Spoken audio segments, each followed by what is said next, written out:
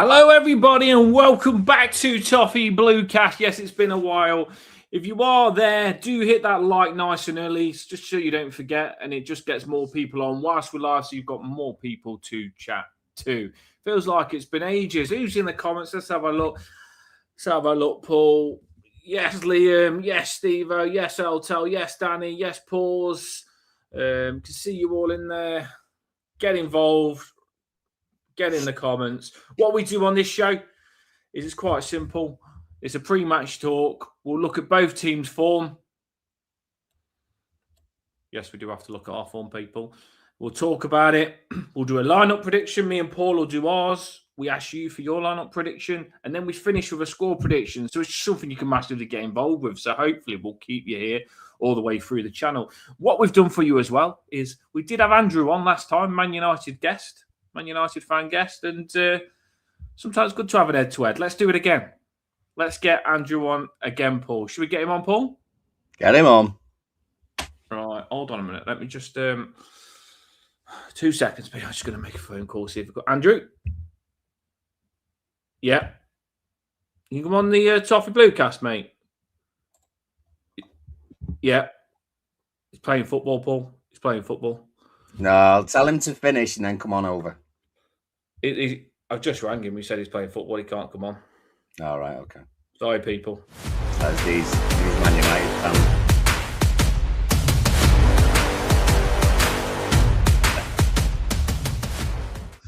That was quick. He is here, people. Straight off the pitch, Andrew. He's just come from watching the Manchester United women's team. Andrew, on the show, people. How are we, Andrew? Yeah, I'm all good, and thanks for having me back on. As I said, backstage, I'm hoping United men's tomorrow will lift my spirits after the women's team fell to defeat today in the FA Cups. But let's say, hopefully, we can get some slight revenge on you tomorrow after I've been on here last time and being a bit confident I was that United would get the victory over you at Old Trafford, and look how that turned out. A lot more confident than last time. Ooh, someone's got a new manager, eh? Yeah. Paul, I forgot to even say how you doing, Paul, because I was so focused on the phone call to get him on the channel, getting him off the pitch. How are we doing, Paul? How are you feeling for this game? That's confident from him, isn't it? I know. Well, we've. I think we've only ever beat them home and away once before, or twice before. So.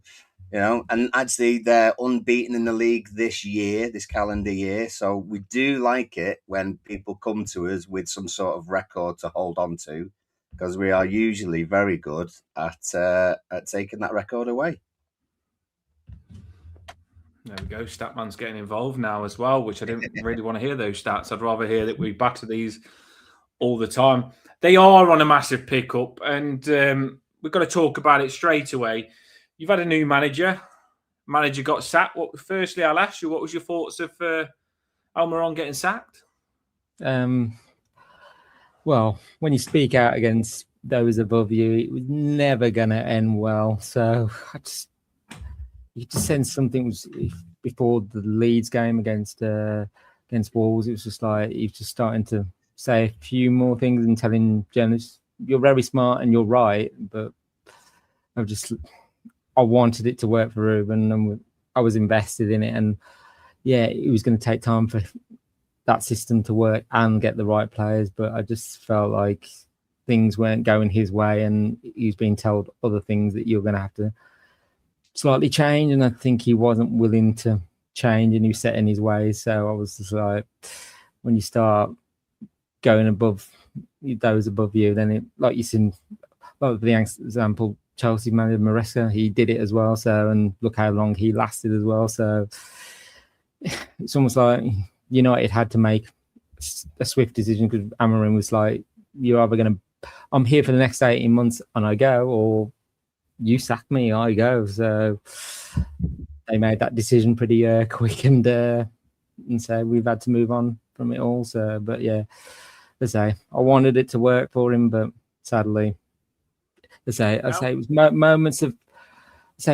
frustration with him, but moments of promise, but it just didn't work out in the end. It wasn't working for you. I mean, sometimes I think, me personally, when you bring your manager in, I mean, Man United might look at Almiron's style and say, that's what we want to be. That was our future plan. They clearly did that. But when you haven't got the players to be that style, it's going to take time. And I don't think Man United are ever going to give many managers time. And I think they've kind of gone back to the old formation now a little bit. Carrick's come in. What's your thoughts on Carrick? I mean, I see the big topic, people saying, some people are getting excited by Carrick saying, give him a contract now, he's the man. And then some people are saying, don't go too early, wait and see. What fence are you on? It's the more it goes on, the more obviously we won every game going, or we did get that European spot as well. He's going to be in the running for it. And as he said when he first came, he said, I'm just here to the end of the season. I'm here to do a job. But it's almost like we're going to get a bit like when Ole Gunnar Solskjaer came in for that caretaker role, and then we did so well on it. It was like, oh, give him the job, and which we did. So, but it depends on which potential managers are available in the summer as well, which looking at the moment doesn't seem to be that many. So, but I think, say with Cameron, it was like United board knew what they were getting with him and what he wanted to do. So, but now to go back on that, well, you're going to have to define what you want, and is that Michael Carrick? And I think he's got a good backroom staff amongst himself. So whether United decide to give it him permanently, I wouldn't be against it, but we'll just see how the rest of the season there goes to see if he gets us that European spot, and then we'll just look at it again. So I wouldn't be not against it, but it depends who else is going to be out there as well. Completely agree. Before we delve into looking at the form, which Paul will show us in a minute, I want to just say, and I was meant to say at the start of the show, and I've always got that much going on because I wanted to put it at the start. So it's the first thing probably people see. Is I was getting tagged in a few things on the Toffee Bluecast X, because we have got a good X on the Twitter hand, and they was trying to get me to share some stuff. So I just thought it'd be right on the show to share. It says Rupert's Rainbow.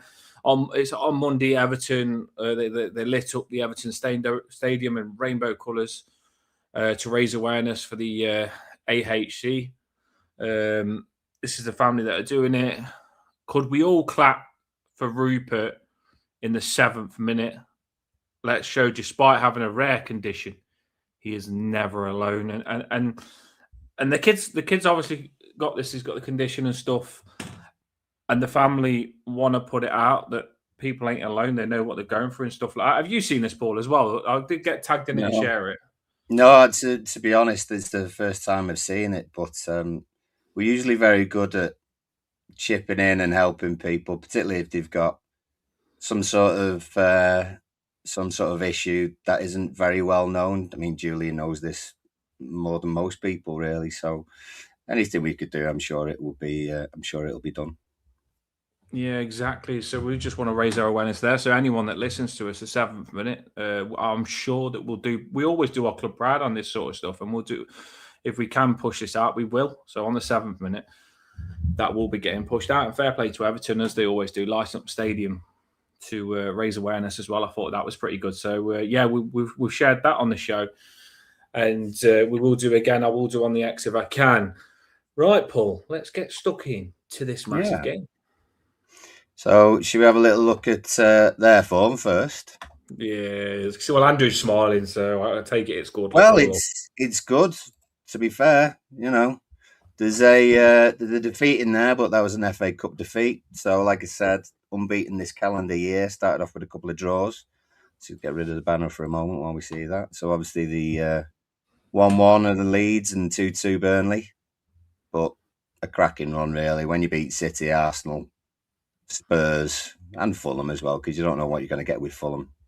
It's obviously a good run, isn't it? And West Ham were very grateful, I think, to get something from their game as well. So yeah, they're on a good run.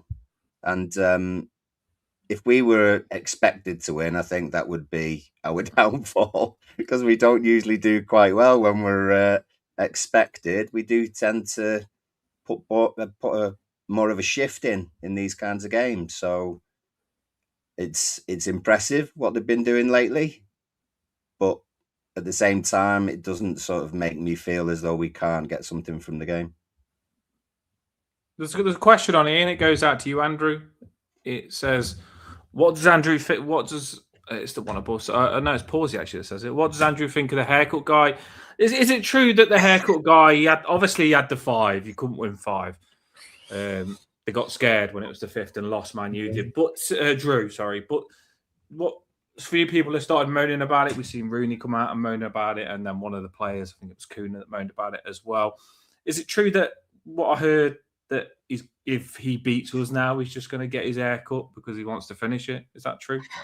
I've not heard that, but you just think how much longer can it go on, really? I mean, yeah, when we was on that 4-game winning run, and I thought when West Ham was coming up, I just had a feeling if we don't win it, we're just going to end up drawing it. It's just going to go right back to the beginning again. I'm just thinking Carrick was asked about it before the West Ham game. He said that my kids have been telling me about it. He said, but it's not going to influence my decision on what I do with the team or anything. I'm just going to go out there and try and win. So, and at the end of that West Ham, I think we was glad to snatch a point out of them because, well, we could have had all 3, but I just think it was like how much, starting the 5 games, if we win 5 games in a row and then he'll get his haircut, but it just seems like it's going on forever and ever. And I'm just like, come on, it just, like I say, we've been on an unbeaten run. It's just like, at some point, we're probably going to lose a game and come in these rest of the games for the season. So we could end up losing one. So we're going to be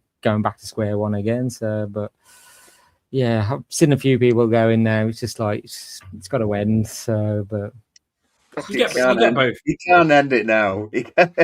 I mean, he's come I almost thought like say, put him out in the middle of the pitch at Old Trafford, one of the games, and someone just shave his hair off, and then there you go. You've got all a lot of money, hasn't he? He's made a lot of money off it, but he's ended it with a little bit of stick, which I don't think he likes. I think it's ending. Like I say, he's probably made a lot of money off it, but the way it's ending for him, I don't think he likes the way it's ending now, and it's getting a bit like negative, like he's doing a bad thing. So that's why I think he personally knows that it's getting toxic now, and he wants to end it. Why people would like it to just end. So maybe he might just do it for this game. I'm not sure. He did a stream for the West Ham game, and when West Ham score, you could just see everything drain out of him, going, "Oh God!" And then. Was it several months back? And I think he come to Old Trafford for a game. One of our fans didn't quite and tried to pull the hair and thinking it was a wig and tried to pull it off, which it genuinely was his hair. So they just thought, they were getting sick of it. But yeah, I tell you who should be the most annoyed is whoever sits behind him at every. You can't see him. I mean, they're the people who should be annoyed. I mean. Look at his hair. It's bigger than Fellaini, who used to play for us both. I'm like, his hair was big, but United strand, God, it's just like... He did everything he could do. Though we've got a Toffee Bluecast TikTok, and I've seen what haircut should I try today? What haircut should I try? He literally, I think he milked everything he could milk out of this haircut thing. A fair play, though, because that is social media. It took off. I've seen a lot of other people trying to do it after. And I get both ends. I do get one side people saying, you know what, it's made people laugh, it's kept people interested, gives people to talk about. I get that. It's a bit of fun. It's only a bit of fun. And I get people like us on the show now. We're talking about it more than the football sometimes. It is a big talking point. That's what I was just about to say. It's distracting away from United's good form at the minute. It's like, let's talk about the United strand. I'm like, no, let's talk about our good form. Yeah, we're 9 unbeaten, so just like, when's this guy going to get his haircut? I actually said he lost last game because he didn't get his haircut. Because in my head I thought, he didn't get his haircut. But like you say, you didn't lose. You've actually won 4 and drew 1, and that's not talked about as much as it seems like a failure. He didn't get his haircut, so I do get that. Yeah, we did have one guy who did it for Everton. Ended up being in Adam's family, I think. Cousin It, I think his name was. So, sometimes it's best not to do it. I know we'd be good if we did it, wouldn't we? There you go. I'm going to get 5 wins. What's our form, Paul? Our form? Well, it's obviously not as attractive, to be fair. So, back memories. Yeah, I mean, just frustrating. The Bournemouth game, was just really, especially after, great performance away at Fulham and getting, certainly 1 or 2 great performances and a great result. 1-1 against Brighton. I thought we deserved something, so I'm glad we got it. There's a few draws in there. There are a few draws, but now you're sort of looking, home form's a big thing, isn't it? And we had 2 wins early doors, but then of the 9 games that we've played at home, we've lost 5. So it's frustrating. It really is. So we're hoping in terms of our inconsistency that follows again, because if we lost the last one, we might win this one. And that's where we are at the moment. It's we're very unsure about what kind of team we're gonna see on the day. If it was away, well, we seem to be more confident at the moment. And win away at Man U last time was part of that as well. And obviously Bournemouth away was part of that, and some great results away. Forest win away and everything else. But this home form is dragging us down a little bit and getting people a little bit fed up, especially home support. And I don't blame them. So the lads need to give us a decent result. The performance, is second. Is second really. A decent result against Man U is start picking us up and making people happier to walk through the gates at Hill Dickinson. I feel like, I don't know whether you agree, but I feel like sometimes, because we've just moved into a new stadium, because we're not winning at home, it makes you pull out problems that ain't even problems. People are looking at stuff that they probably shouldn't even be looking at, and they're blaming the stadium. And you think to yourself, you know what? If we just played well on the pitch at home and won, we wouldn't be blaming the stadium. So you know what it's like? People start moaning about every little thing once things go bad in football, don't they? They start pulling out everything. It feels like that's what's happening with the stadium. It's like, oh, we shouldn't move. The atmosphere's crap at this stadium. No. This is bad. This is bad. And I think at home, if we actually played well for 90 minutes and won a game, the atmosphere would be incredible, and we wouldn't be moaning about the stadium. It's just jam. I think it's on the pitch, and then we've got to start looking at it. Is what's on the pitch. It's not. The atmosphere isn't what's doing it. The new stadium isn't what's doing it. It's coincidental. It's just coincidental, isn't it? That's what's happening. Good. We loved Goodison, and always will. But Bournemouth, beat us 3-2 and we were 2-0 up. Last few minutes. It's coincidental that the new ground is where we're actually shooting ourselves in the foot sometimes. And that's all it is, because everyone's doing their job as a fan, and the design and everything else, it all in place. Absolutely is. There's obviously tweaks that could be improved from everyone's match day experience, but like you said, it's on the pitch, and it's how those players react to different things and what the plan is and how they execute that plan. We've struggled in scoring goals. Man U are I think, highest number of shots or something. I think Premier League so far this season, well above everyone else. So, we've got to make sure that we're improving going forward as well, which is really our major problem. Really, is the attacking in the final third and the area, getting in the area and giving it to strikers who put it in the net. You're a Man U fan, Andrew. You're a Man U fan. You're coming on to our channel now, and you're thinking about Everton.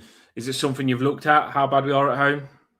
I was going to say, you like to keep, games like pretty tight. So, and if you do concede, it's only usually a 1 that you'll concede. So, and our problem this season is every away match we've conceded at least once. So you have a good chance of scoring against us. But I say, I don't know whether you'll be very open or you'll sit back and be in a low block, and when you're forcing us into other long range efforts, blocking crosses or contesting any headers, I'm hoping it doesn't turn out like the West Ham game where we're dominating all the territory and we still leave with nothing if the final ball's not that great. So I say you can have as much possession as you like, but if you're not doing much with it, so we don't want to become a crap. I say if you score first tomorrow, then means our clean sheet problem means we're going to have to push,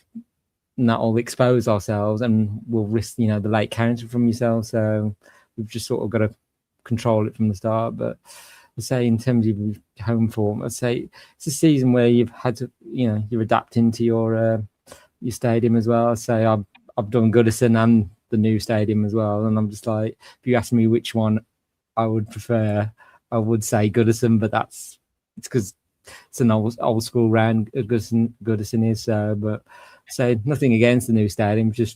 That's just my personal opinion. I just prefer Goodison because just so compact and everyone was, on top of each other. So, but yeah.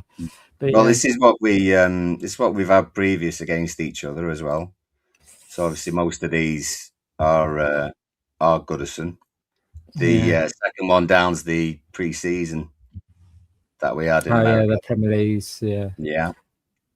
So, I mean, you had as you have had for quite a long time, a cracking run against us. Every now and then we had a nice one against you, but it's not been for a little while, to be honest. So some horrible ones in there for us. Yeah, it's just that reverse fixture back at Old Trafford in November. I was just like, I remember coming here and going confident we'll get the win, and then when Gana Gay got the red card, I thought we should be comfortable now, and then it almost worked completely against us. You just became the better side, scored, and then sat back even more, and we just had no clue what to do when we got to the final third. And I remember that game, we kept throwing a lot of crosses, and I was like, we had no Šeško there, so there's no point throwing crosses in him. There's not a tall striker there to try and get his head on it. I was just like, it's like when Šeško had been in the side before that, it was like we weren't putting in as much crosses. So I was like, what were the players trying to do? So yeah, it was annoying that fixture was at Old Trafford. I was just like, the last thing that you want is to be is the underdog, and the more that we are the underdog, the more that we tend to fight. Really, we've got that in our DNA. So you dig in and just like make it difficult for it.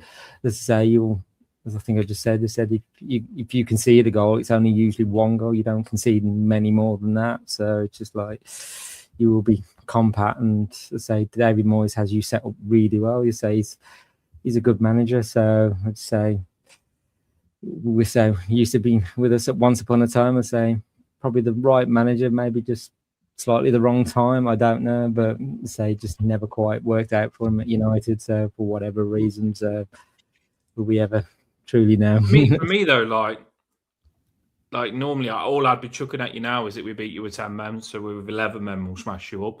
But on the other hand, I do think that it does seem like a different Man United team now. Football is, I always say this, football is confidence. And I have looked at, I've watched some games, and it just seems like everything, when Moyes comes to us, and it was kind of the same with Moyes for us, everything just started feeling better, players started playing better. And this Carrick move for you, like I said, I don't know if it'll be your future, but the players seem happier. Carrick's obviously doing stuff to keep the players happy. And even when he's bringing his subs on, I mean, he brought the striker on that was struggling to be in form, and a cracking finish he had for you. He seems to be getting the best out of everyone. Do you know what? Even when you're chucking your subs on for 10 minutes, they're banging goals in as well. And it does seem that your players are happy in the Man U camp. So we're taking on a different Man U to me than what we actually beat at your ground not so long ago. Yeah, and I think from what I was reading, Ruben's time, when we was losing games, I think he was just thinking more coaching on getting him on the training pitch, whereas Carrick's just gone, I just want to keep it short and simple with the training. Just like, I think I read somewhere before the Arsenal game, the players were that good in training. He said, I'm going to stop the training short because I just want to keep you this bit so you don't expend all your energy and just save it all for Sunday. So he's just like, there's been like shorter training sessions and just giving players just those simple instructions. Just go out there and play. You're playing for the biggest club, so don't let it hinder you. Let it take a risk. It's a good point you make as well, because I think it is important for me looking at, I think that, like, say you try too hard to get better, and then the players start to question whether they are actually good. It's like a striker. We just had Barry go and do striker training and stuff like that. And I think if you're thinking about too much stuff, you start overthinking. And I think it's best to just be natural. It's like striker training. It's just if you are a striker, it should be instinct within you to be a good striker. I feel you can practice more a little bit, but I think it's the same with these players as well. They are good players. You don't need to overthink it. Just let them. It's important to make them happy, get them confident, and then you probably get the best out of them. And it just seems like you're doing that now. Yeah, I was going to say, sometimes it's like in the Premier League, players have not got much time on the ball. It's just like you've literally got a second to think what's next. So, yeah, just say, even though with Bruno Fernandes' example, I know sometimes he's willing to take the risk, to that pass, to try and score as well. And sometimes it doesn't come off, and sometimes you hear the grounds in Old Trafford, but sometimes that happens with other players as well. But I thought at least you're trying something, because you'd rather try and do something than not do anything at all. So then you question the player's commitment as well. So, but yeah, it's like I think Carrick's just keeping things simple and just not trying to, bog down the players with too much information, and it probably helps. We haven't got many games anymore, so we just got a Premier League game, I suppose, and as we were at the domestic cups, and so you do well in the Premier League, ain't you? That's the thing. Paul, our Toffee Bluecast, we've got our own little player scouting where we try and get players, and we do this through X. We try and power shift on X and put something on and let it take off and try and get a player. And we did it on Shirky before Shirky was even famous. We tried to get Everton Shirky. No one knew about Shirky at Man City. No one knew about him. And some Leon fans told me he was a wonder kid. And this was before anyone even knew about Shirky. And me and Paul put it on Twitter. We told Everton to get him. They didn't listen to us. And then 3-4 years later, what a signing that would have been, Paul, if they would have listened to us. Because how good is Shirky? That would have been a good one. We tried. And I am going to admit this, Andrew. On X, I did try and get Mainu from you, mate. I tried to power shift it because he was getting pushed out, and I thought, whilst he's getting pushed out, I want Mainu. So I was like, come on, Mainu to Man United, because there was talks that he might leave as well, wasn't he? And yeah. I was thinking, come on, please, Everton, land him. And I was putting stuff up, and it was getting like reaction. There was like 400 or 500 people liking it. I was thinking, come on, I wanted him January, but you had your manager change, and now you've kept him, and now he's showing he's good. I thought we could have sneaked him, Paul. It would have been a good sneak, that would have, wouldn't it? Because he's playing well again now, isn't he? It changes so quickly, doesn't it? I mean, we've had it with a lot of our lads. They have 1 or 2, games that they're not scoring in, or people say they look a little bit tired, stuff like that. So they get a bit of stick, and then 2 weeks later, they're the bee's knees again. It seemed a little bit like that with Mainu, because he wasn't in the side, but before that, he was, as far as I was aware, he was doing really well. So now he's back in again and playing. So what do you think, Andrew? Yeah, I was going to say the change of managers helps, and we couldn't all work out what Ruben was trying to do with him. Fair play for him. He said, I picked the team. I'm not going to be influenced by anybody. I'm seeing what I see on the training. So I was like, well, I'm going to have to trust the manager on this one. But as soon as Ruben left, there was a few players that, started to come back, including Maguire came back because he was out injured. He came back. A few others were coming back as well. I was like, manager's gone, and now we're suddenly getting players back. But mainly it's just in fine form. I think I remember years ago. I'm trying to think, was it the 2-1 against you? Or it might have been Ghana, where Mainu had just had a fantastic game against you, and he was just literally all over the pitch, and just like, oh, this kid's gonna be something potentially. And so he just literally just gone from strength to strength. Okay, he's just had a bit of a rough half a season with us this season. So, but that's just because of the manager as well. So he didn't think he deserved warranting a starting place, but Mark Carrick just brought him back in and just said, "Yeah, go on the pitch and just express yourself." And now, hopefully, he carries on his form, and hopefully, he pushes to get an England recall as well. So that's maybe something down the line. But yeah, Mainu's a good talent. I remember watching him all them years ago in the FA Youth Cup final as well, where we won as well. And he was one of the key players in that one as well for us. Yeah. there was a huge wave, wasn't there, when he sort of first got in the Man U side, and then that led to an England cap, I think, as well. So it was, it is just popularity is massive, and particularly if you've got an England manager who likes the younger players, then he's got half a chance, I think. Yeah, I was going to say, and hopefully, by the end of the summer, he's on that plane out. So, but we'll have to see. So, but it's not just him though, is it? It's yeah, McTominay as well. I've watched McTominay. He's been fantastic for Napoli, and you think like I can't believe he got rid of him as well. It was probably that one was probably the right decision. As much as I'm happy for Scott McTominay and what he's doing out there, I think there's rumours he might be coming back to Premier League, but I don't know. It probably wouldn't be.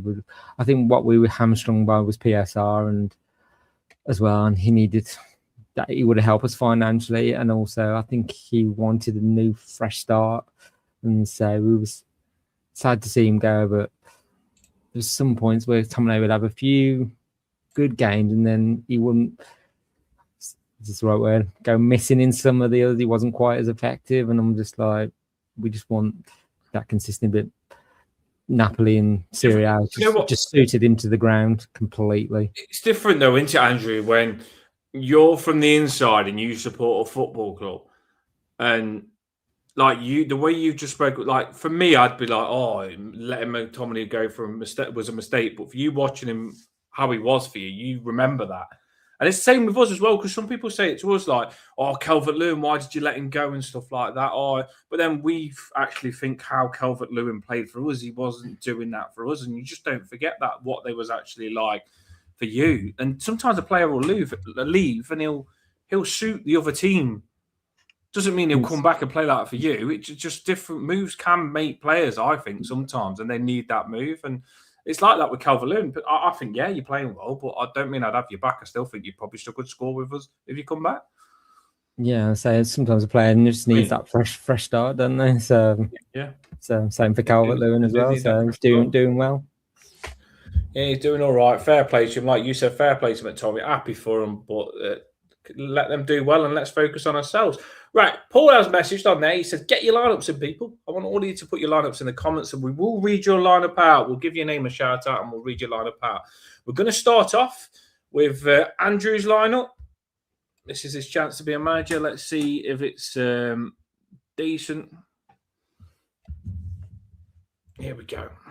I hope I've typed it up right. Is that your lineup, Andrew? Yeah, it was 4-2-3-1, and those are the players I chose. So yeah, so goalkeeper Sen Lamans has been great all season. So definitely an upgrade on Andre Onana. So long may continue in goal. So the back four, Maguire and Martinez just been excellent in that centre back partnership. So we've got Shaw down the left and Dalot down the right. So they're just overlapping with the Ahmad and Kuna. So Casemiro has just been a player in fine form this season. So he's on his swan song now. He's going to go at the end of the season. So I think people are thinking, could he have one more year? But they say the only way that would have happened if I think it would have been triggered if he started every single Premier League game until the end of the season, which I doubt was going to happen anyway. So, and the decision had already been made months back that he was going to leave as well. So, but yeah, Casemiro's in the form of his life. So yeah, hope he gets us that European spot. As I said, Mainu. Mainu up front. Yes, last Carrick has been playing him in that kind of role, or he has switched out to the wing and then either Ahmad or it's like that interchangeable. But Mbeumo has been like that one up top as well. So or if need be, when depending on how the game goes tomorrow, or we needing to get a goal, you might throw Šeško on again, start throwing in the crosses. But I think we're just hoping we can be quick in our transitions and turn you over and score an early goal. So hopefully Bruno's pulling the strings as well. Just to say, I think that's his best position in the number 10 role. Okay, that don't know whether he'll make whether Mason Mount will be on the bench tomorrow or not. So, but it's kind of like them two are fighting for that number 10 role now. So, but yeah, and so Kuna's he's finding his feet now as well. I just think that game against Arsenal away was just like, this is what we've expected of you. So even when we was like 2-2, I thought we've got a chance to score again, and he was just that shot he unleashed. I was like, wow. So, and say Ahmad on the left wing as well. So he just come back and hit the ground running again. So every time he gets on the ball, we're all like, he's going to try and make something happen. So yeah, just say it's the team lined up, to be quick in the transition as well. And but just it might be if you set out in a low block tomorrow, then it might be a little bit more difficult. So we're just going to have to figure out how to get penetrate your back line. So hopefully we can get ahead, and then we can control it from there, and hopefully get a second and third. But we'll see how Everton line up as well. What's your thoughts on this team, Paul? Solid, just solid, and like Kuna's shooting from 25 yards out. He's not doing that 10 games ago.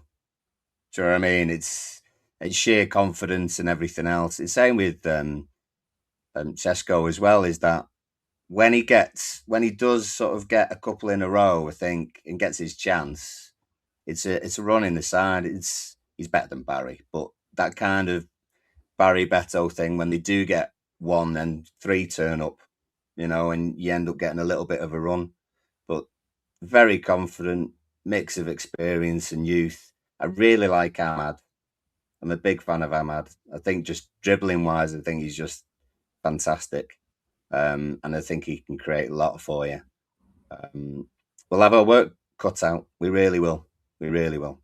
Hopefully, we can be assertive. I don't mean dirty, but we can be assertive and sort of try and put our stamp on the game, literally in some cases. But Man U know how to give a kick back. So if we make it that kind of game, then I think we've got more of an opportunity. I think we've got more of a chance. We sort of battling the set pieces. I think we cause them problems. We're not great on the break as such. So, and I don't think we're going to have a massive amount of possession, to be fair, but it's making it that kind of game and then taking the few chances that I think we'll have. And that's massive. Our thing when we've not won has been, we've had a great chance missed. They've gone up the other end and scored. Do you know what I mean? It's been that kind of thing, and it happens so much in matches. Just that key goal. If you get it, you're fine, and that's what Man U have been doing. And if you miss the chance, the opposition go up the other end and do it. And I think that happened with your game in Arsenal as well, I think, where they had a good chance to sort of get away from you, and then you come up the other end and then manage to pull it all back. So they're resilient and they are formidable. And I hate Fernandes. He always scores against us. So, yeah. It is looking at the players as well. Martinez, he like you say, they've got some dirty players. We've got some dirty players. I think it is going to be quite aggressive looking at it in my eyes. It might not be. I normally say one thing and it's the opposite, but obviously we've got Tarkowski. We've got some tacklers as well. So it could be a big game. Casemiro is a tackler as well. Mainoo always gets a yellow card most games. He puts tackling as well, doesn't he? So it's quite aggressive, this is. And I'm looking forward to it. I don't think either one of us. I mean, I've watched bits and bobs of Man U for the odd game, but I don't think even one of us are major possession teams. I think we have a little bit of good football in us, and then be interesting to see who does take possession more. I mean, you just said they probably will, Paul, but then saying that, I think you think as well, don't you, Andrew, that you'll probably have more possession than us. Yeah, it just depends what what Moyes decides to set out.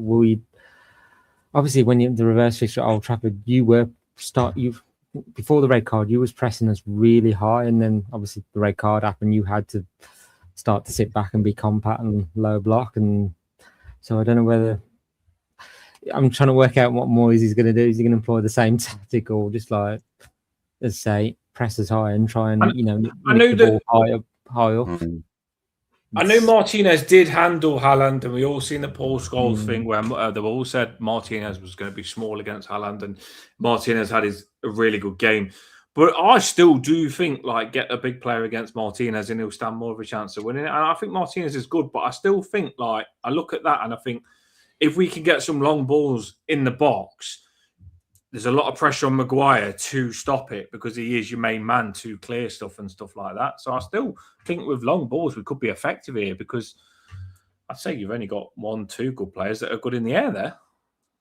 Yeah, I was going to say Maguire is probably our main one that can deal with those long balls, but I would say I wouldn't roll out Martinez. He's like, let's say, aggressive. He will go in no matter what. He won't care. So it's just like whether you're big or small. I think Jamie Carragher said so. Oh, was it too small for the Premier League? And then I think after one game, Martinez went over to do a post-match interview, and Carragher went, "Oh, you're just as tall as me." Then I was like, to that caught him out, and was like, so it wasn't that small. So I was going to say he's aggressive as well. So just let's say when we are defending, so the likes of Ahmad, and he will come back and defend. Kuna's say we'll do it to a point. I think he likes more being on the attack. So, but then we've got Casemiro and Mainu shouldering the back line as well, helping them out as well. So everyone does their job, and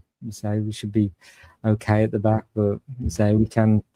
As I said, that stat, we haven't had the clean sheet in 13 away games this season, so it's just like there's a chance you're probably going to score. So it gives us confidence, people. I'm going to look at Paul's team now, and then I'm going to put mine on, and then we're going to read yours out, and then finish with score predictions, people. But this is Paul's team. Yeah, I was torn a little bit. I did wonder about putting Branthwaite left back, to be honest, putting Keane alongside Tarkowski. But with Jake O'Brien being out because of suspension and going off the comments as well, people have said that O'Brien's back after the Newcastle game. It's maybe Patterson who comes in. I've heard lots of people sort of mentioning that it might be Coleman getting a game, and I can understand that to a degree, but Coleman's also not played very much, but you presume that he's fit because he's been training and everything else. So it's a toss-up, to be fair, between Patterson and Coleman. I can see arguments for both. Midfield-wise, I just can't see anything past Garner and Garner, to be fair. I'm a bit jealous of... It's not working. Well, yeah. I mean, I'm a bit jealous of Man U's middle two at the moment because that's how it should be. You should have a more experienced player sort of alongside a younger player who's doing a lot of the moving. They don't seem to have linked. They're both doing okay at their jobs, but as a combination, our Garner and Garner don't seem to... it seems to always go well. Do you know what I mean? And like youth, like you say, they've got Casemiro experience and Mainu, but ours, Garner Gay's got the experience and Garner. Oh, I know, yeah, and they should. Yeah, they should be performing as they are, to be fair. But for some reason, when those two are playing centre, it's not always worked. From what people have mentioned as well. But hopefully those two do work together. I think out of the other options that we've got available, I could maybe put Armstrong or a Rubenham next to James Garner. But apart from slapping someone, Garner Gay can do all right in these kinds of games. So we'll sort of see. The wingers, Ndiaye and George, there's been a lot of comments and conversation in the chat about Diblin. And I think if George wasn't part of the equation, I think Diblin might get a go. Armstrong might get ahead of him, but Diblin might get a chance sort of later on in the game. It's a shame that he's not been given the opportunities and had a run through the side. But I think George coming in on that left-hand side leaves you with Ndiaye happy on the right. And we've got two lads who seem to be more in favour than Diblin is. So that's why I've gone those two. Dewsbury Hall, most of the time is dependable. Scores the odd goal. Scored a great goal away at Man U. So it's a shoe-in for that, really. And then Barry up front, because it's either Barry or Beto. There you go, really. So I think a few people will sort of disagree with the middle two, Garner. Mikalenko, Branthwaite is sort of up for discussion, but I'd be surprised if it was much else, he might not put George in. He might start Armstrong, and like you say, Andrew, we might be a little bit more defensive in the first sort of hour, 70 minutes of the game. Yeah, I was going to say, yeah, you could probably say, I don't know, you could be very open and we can work to our advantage, or you could sit back and just wait and strike and then be defending really well. So I'm saying it's going to be an interesting how it lines up for both sides.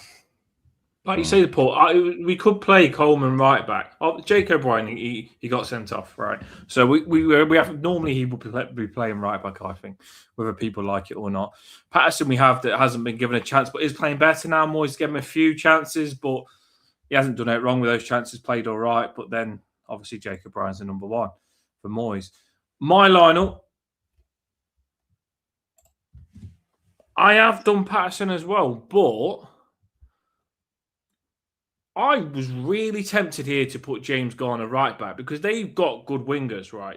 Coonery's got one and Ahmed the other one, and they're going to come out. They're going to be strong on the wings with the players that Andrew's got. And I was tempted to. For me personally, we all want to play James Garner centre mid because that's his best position. And you just think it's harsh not to play him in his best position, but you do just need to think of Everton getting the results sometimes. And it's just about Everton winning. That's all it's about. Whatever it takes, it doesn't matter whether you playing players out of position as long as you get the players to play the best they can. So I just feel if we did put James Garner right back, I feel a lot stronger. And I feel like he'd be good on the ball and keep the ball and he'd be good behind Dylan and Jai. I do feel like that would be the best option. And then I probably would move Garner Gay at the side of Merlin Roll or bring Armstrong in the centre. So I was massively thinking that. And I get if some people have done that, we might see that in their lineup. I want Merlin rolling. I think he's big, he's strong, and he played fantastic against Villa when we beat Villa, which was a massive result because Villa needed to beat us and we beat them. And Merlin Roll played that game. It was the best game we've seen him play. I also want to see Armstrong. I was tempted to put Armstrong in. So we have got loads of options here. But that probably would be mine. Patterson's, like I say, he's the 50-50 for me. I didn't know what to do with that. If Coleman plays, fair enough. But it's the same as yours, Paul. Other than that, I would like to see Merlin roll. I think he's got a bit. And if he played against Man U and played well, it really would kickstart him. This is a massive game. This is for us people. And I'm ready for it. We've got players on the bench. They've got players on the bench. And I think we've got strong 11 and strong players on the bench. So this is a big game, this is. We're going to try and push for Europa League. And they're going to try and push to stay in that top 4 spot for Champions League. So it's two big teams going head to head here. Let's not beat around the bush. I'm quite excited for this. I don't want to. I know Everton last game they scored me. Trust me, thinking about it, I still want to cry. How can you have a lead like that and then lose? It's just pathetic. But I'd like to think that was a one-off. And these players will lift back up here. And this is the big game. All these players have got to think to themselves: if we can beat Man United with 10 men, we'll batter them with 11. That should be written in the changing rooms, I think. But yeah, that's my lineup. What have we got from the people? And then we'll do score predictions, Paul. Let's get theirs on. We don't miss them out. Let's see what we've got. We've got plenty, to be fair. Start off with Scar. Usual formation. Pickford in goal. He's done what you've just said. Garner right back. Tarkowski and Branthwaite is your 2. Miko is your left back. Therefore, he's gone Garner Gay and KDH as the 2. And he's thrown Alcaraz. He's thrown Alcaraz in the 10, which a few people have shouted for, and then 1 or 2 people because we've had it before and it's worked, not worked. People are wondering why we haven't tried it again. But George on the left and I on the right seems to be a popular thing. Barry up front. Not a lot of people going with Beto early doors. So some things seem to be a bit nailed on. Peter reckons again Garner right back, Tarkowski, Branthwaite, Miko, Irabunum and Garner Gay. I did wonder about Irabunum, to be fair.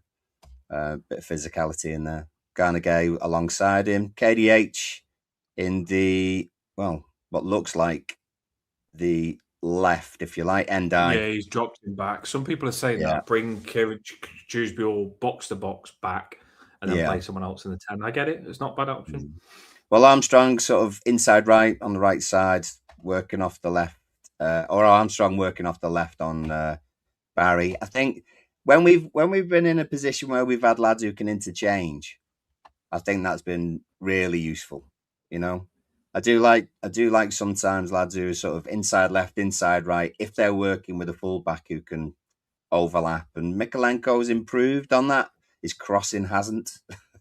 I noticed that they've got that on theirs, Paul, though. I've noticed they've got that on theirs because when Andrew's showing his lineup, I'm thinking if Mbuanu isn't pushed up, Kuna can play up front as well. So that change as well, can't it? Kuna could just end up in that striker position as well and play it. Well, I mean, from the outside, and Andrew could tell us otherwise, it looks like Shaw and Dallo do get forward and sort of do help people sort of get round the back. But when it helps when you've got people who would maybe, like in Ahmad's situation or in Kuna's situation, they'd probably like to come inside and you got people overlapping. It's just having those options. Is that what you would expect to happen, Andrew, with your fullbacks? Yeah, so Dallo this season has pushed a lot further forward and trying to get involved in attacking. Even Luke Shaw in recent games has been doing. It was like when we first bought you, that was what you were bought for, to be marauding up and down the the wings. So it was just like, and then as you said, it pushes those players, like Sakuna and Ahmad a bit further in, so it helps with those ahead as well. So and for Mbuma as well. So it's almost like team can transition and be in different positions. So necessarily Ahmad could be on the left where for so long, and he could be switching over to the right, and then Kuna's on the left, or we'll say even sometimes Bruno switch to the left and then the right, and then he's trying to orchestrate things as well. So, but yeah, I think it massively happens, doesn't it? Yeah. Yeah, so that's where Dallo and Shaw are providing support in the attack, but also getting back as well for the defending as well too. Yeah. Well, there's lots of. I mean, James has gone Garner at the at right back as well, so there's lots of sort of love for that. I'm wondering whether you're allowed one more player, I think, James, in there. So I'm guessing possibly because you got. He wants 10 again. He's that confident. He's just thinking. Only need 10. Only need 10. That's all we need. Or either that, or he's got Garner.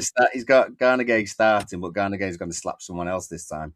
So whoever it is at back four, Tarks and Branthwaite in the middle, Armstrong and Roll, KDH. I'd imagine as a kind of three, Ndai, George, Barry. So lots of love for George. I think just love him to. I think he's got a lot in the locker, but we've not quite seen it yet. So it'd be interesting if he gets the chance. Back here. Also, Roy's got Garner right back as well. It's like they've all spoken to each other. They've all had a chat with you beforehand and then put in their line. No, we haven't spoke to each other, Paul. We haven't spoke to each other. I mean, you didn't mention Garner right back. You didn't even think about it. But yeah, I'm glad we're on the same wavelength. Do you know what, though? Whatever's not like, I have noticed that Paul is the sensible one. And a lot of people in these comments are... You've only just noticed that, Dan. Yeah, well, maybe. But yeah, I just think I'm quite adventurous, ain't I? And I think a lot of people are in our comments as well on lineups. I've noticed that. They do like to mix it up, don't they? We've got a Patterson. Yeah, Nick reckons he's a bit more like you. Yeah. Me and Nick might be a bit similar. Same back four with the Patterson. Garner and Armstrong, something I considered. Diblin, he would give a shout. KDH, Ndai, left-hand side. Barry up front would be interesting. Liam, I would like Garner and Armstrong. That's a good. Armstrong. He's ours. You know what I mean? He's homegrown, and I do think he is. Armstrong plays like Garner, so I think if you kept playing them together, they would interlink really good. It would be a good combo. Well, I think that is the plan. It looks like the plan anyway, but he's not willing to give up Garner Gay yet. So Liam went for Patterson, same back four. Garner centre mid alongside Roll, like you said. Dewsbury Hall, George on the left hand, on the right, and Barry up front. So same as yourself. Pause, I think the same, but very with lots of extras thrown in. Plucky Patterson. yeah, Bucky Patterson, right hand side, King Tarky, future GOAT. He's almost GOAT now. Branthwaite. Miko left back. Sir James, Mr. Garner is in the middle alongside Magic Merlin. Curious George on the right hand side. Gorgeous He's George. actually gone, well, yeah, he's gone Skilliman on the left. So he swapped those. Be interesting. And KD8 10. Beautiful bats. Barry Island up front. Danny. You can't have. Sorry, Dan. You can't have O'Brien. So he can come along and watch, but he can't play, unfortunately. Then that much of a break, Dan has forgot. I mean, he's a good Evertonian, Danny is, because he's actually manages to forget things. I wish I could forget that he got a red card. Probably forgetting the Bournemouth game last week. That's probably what did it. Yeah, hopefully. And that's the whole reason I think lots of people have thrown Patterson in. Interesting. Or maybe not put O'Brien instead of Tarky, because lots of people were putting O'Brien ahead of Tarkowski last time. KDH, Garner, centre, Armstrong, Ndiaye, George, and Barry. Frosty's in. He's gone for Patterson. Same back four. Like you, Garner. KDH and Roll looks like a 3 or a 4 with Armstrong. We've got lots of sort of middle lads there. We don't have a lot of width in that, so that's interesting. 1 or 2 people playing out of position. Ndiaye in behind Barry, and Wormy's in. So with his emojis, he said this won't happen because Moyes likes crab ball. So if we're going to pass it a lot, then this is what we won't have. Pickford, Patterson right back in the ambulance. O'Brien with his hand in the air. And then what is the one next to that? It's Scales, isn't it? Or Branthwaite, isn't it? It's the weights. Branthwaite, yeah, sorry. Mikolenko with the bandage on his head. KDH. Yeah. As the Dewsbury Hall in the centre. Yeah, along with Zebra was Garner, isn't it? Yeah, it's Garner. Yeah. He's gone Charlie. He's gone Charlie midfield as the lemon. And the GOAT, I presume, is Ndiaye. We've then got George, Curious George, left-hand side. Yeah. Barry Island up front. So there we go. Me and Luke was like, so the emoji one, me and Luke last time on Emma's, Emma was like, get pulled back. Me and Luke was so bad. We just couldn't figure. Emma just changed one emoji on her lineup and it just got me and Luke, and we were just like, we just didn't get it. And Emma was fuming with us. We do have 1 or 2 others that just came in. Has Emma done an emoji?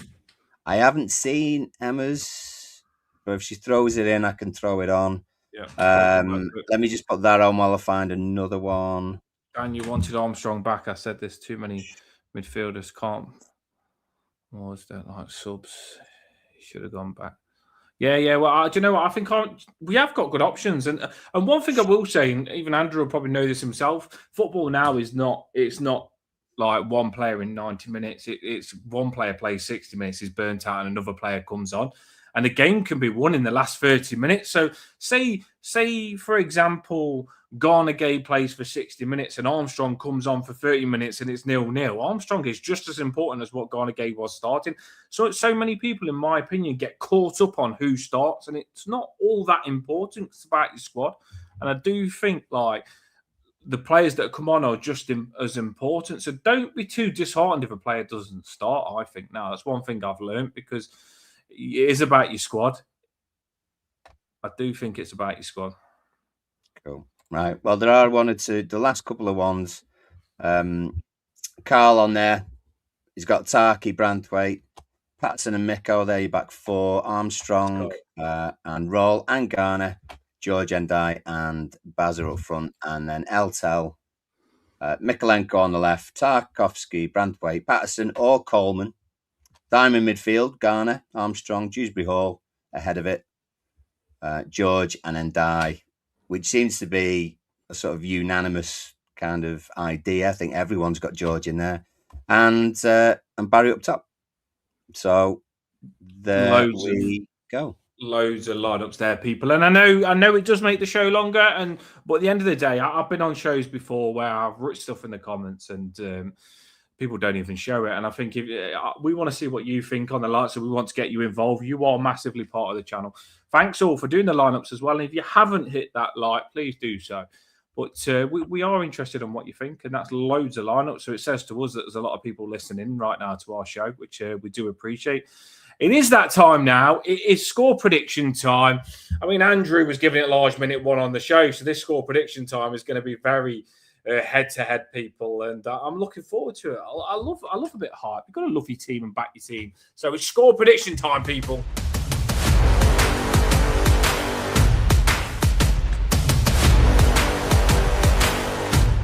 A little bit of a Garcia then. Right. Here we go. Score prediction time. I'm going to say, get your scores in and we'll read it out as we finish the show, people.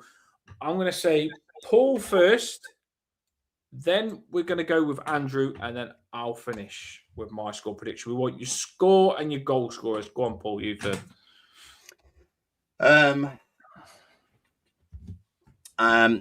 They are good. They've got lots of goal scorers on the pitch as well. Scared you are a little bit, Paul. I've heard it. Yeah, you're a little bit respectful about this Man United team. I do sort of see him as a good side at the moment, but they're as culpable as the rest of us. And we've had it where we've had what we would think our strongest side is play before, and when the lads were coming back from injuries and things, and we got beat. So it's whatever happens on the day. So if we kept a clean sheet, I would be surprised. So I'm going to give them a goal. Fernandez. Oh, God. Fernandez will score. And I think I'm going 1-1. I'm going 1-1. And I'm going 1-1, half in the way of that's what I think, and I don't want to be too confident. And also, if we go 1-1, we might win. Yeah, I know. 1-1. I think for us, the comments wasn't happy about that. For us, let's go George. 1-1. Fernandez will score. They are doing well. They are doing well. Dodgy penalty. They'll score a dodgy penalty. Be shocking, right? That didn't go for us last time. So it'll be 1-0 for them, and then George will equalise 93rd minute, something like that. No, so he's done Everton to equalise to make it sound better, people. But there might be some draws. Man, you are playing well. And I always say, don't go with what you should say. Go with what you do actually think the score is going to be. Try and get it right. Right, I'm interested on this one. Andrew, What is your score prediction and goal scorers, mate? I was going to say, I was on the reverse fiction when I was on the show. I was confident and thought we were going to win, and then you ended up winning it. So, but I can never not back United to win as long as we don't play it safe or slightly play like we did against West Ham previously. But we've just got to take risks, try and make the breakthrough before half time, and that means you've got to open up, and hopefully we can get a second out of it from either a quick transition or a set piece, and as you're trying to push for an equaliser. So I'm going to go 2-0 and hopefully finally a clean sheet away this season. So in terms of goal scorers, I'm going to say Bruno will probably get one, and I'm going to go in Bumo as well. So there'll be the two on the score Bruno sheet. So, and Bruno. What score was that, sorry? A 2-0 to United. Yeah, people wasn't happy about that. 2-0. We knew that was coming, didn't we? We knew that was coming. I thought he was going to get bigger. The way he started to show people, I thought he was going to say 10. But no, 2-0 he's gone for. My score prediction, you know what? I do think they're decent, but I'm ready for this game. I'm ready. I think we're going to beat them 3-1. I do. I'm going to give them 1. I don't know how they've got past Brantwaite and Tarkovsky, but they have somehow. Their goal scorer is going to be Kuna. He's going to knock one in. Should have closed him down. As I shout out, always close him down quicker. We've let Kuna shoot. Our goal scorer, I think Barry's going to get one. Didn't play that well last game. Needs to get back and going. So Barry's going to get one. Kieran Dewsbury, of course, he's going to score after scoring with 10 men last time, isn't he? And what a goal that was last time. So he's going to be going into this game confident, Dewsbury. So I think Dewsbury will get one as well. And I think it's time for Illiman and Jai to start ripping Shaw up and make him go into retirement. So, yeah, Illiman and Jai might have to get involved on that right-hand side. And we didn't talk about that. Shaw on his way out and Illiman and Jai on the way to the Messi trophy, Ballon d'Or. Yeah, I'm going to go for that. So Illiman and Jai, Dewsbury, Barry, Kuna for them, 3-1, boom. Andrew going home crying. As much as I love him, that's just football, isn't it? Yeah, there you go. That's a score prediction, people. Do you like it? Is that a good one? That's confident as well, wasn't it? It was, wasn't it? Well, you always are, though. Yes. Always are. Yes. Modest as well. Very confident you are. Very confident. They like it. You was last time, so I might go against when I get to you. We risk this, don't we? What have we got in the comments then, Paul? We've got a few. I mean, it's LTL straight away, 2-0 for us. Likes to be a little bit specific as well. So KDH 38 just before our time. That'd be nice. Assist by Andai, 2 assists. Barry, late winner, 83rd minute. Boom. And everyone's happy on the blue side. Anyway. Good one. Yeah. Peter went 1-0 Tarky.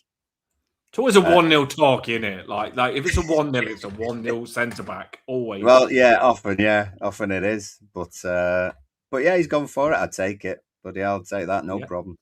3 points to win. Yeah, Liam's gone 2-1 for us. Home win. It's overdue. And he's also gone with Endai and George, and Bruno gets one back. I'd certainly like to be 2 up before United scored anyway. Yeah, I'd be scared when you get 2-1. Scar's a little bit like me, a little bit apprehensive. Endai for us. Ahmad for them in a 1-1. Frosty's the same. He's got 1-1 as well. Oh, there's a few that's bottled it with you, Paul, to be fair. There is. Tazul's in my little group as well. So 1-1 there. But Roy brings it back with a 1-0 for us alongside Nick. Nick's got us going 1-0 up on the hour as well with Endai. Skipping away from Shaw and then curling one in the corner. That's not too bad. Rod, 4-1. Boom. We're due to give someone a pasting. Can't think of anyone more deserving. Eugene score. Love it. Exactly. Well, yeah, that's to come as well. Danny's with me 1-1 as well. 1-1, yeah. I tell you what, Carl's in the draw gang as well, but it's a 4-4. 4-4. It could happen. It wouldn't surprise me. It wouldn't surprise. There was a Man U game, wasn't there? That was who was you against? Where it was like 4-3 or something. That was a Brentford or Bournemouth. It was Bournemouth thing, wasn't it? Where it was just mad scoring game. Man U and it was 4-4 against Bournemouth. December time, where was it 4-4? I was literally playing my pool match on a Monday night, and I looked, and it was like 2-2 at half time, and it finished like 4-4. Mad game that was, yeah. So that would be like that one. Maybe he's thinking similar. Well, we've had a 4-4 at their place before. Fellaini and Pina and everything else to scupper their league chances that season. Sounds like a heart attack. It sounds very stressful, doesn't it? 4-4. It was mad. I think Jelavic scored a header in that game actually. So anyway, we would be 4-0 down, and then we would come back to a 4-4, and Barry, Endai, KDH, and Patterson would get his first as well. So Eugene's in. Everyone knows 4-1. Bam.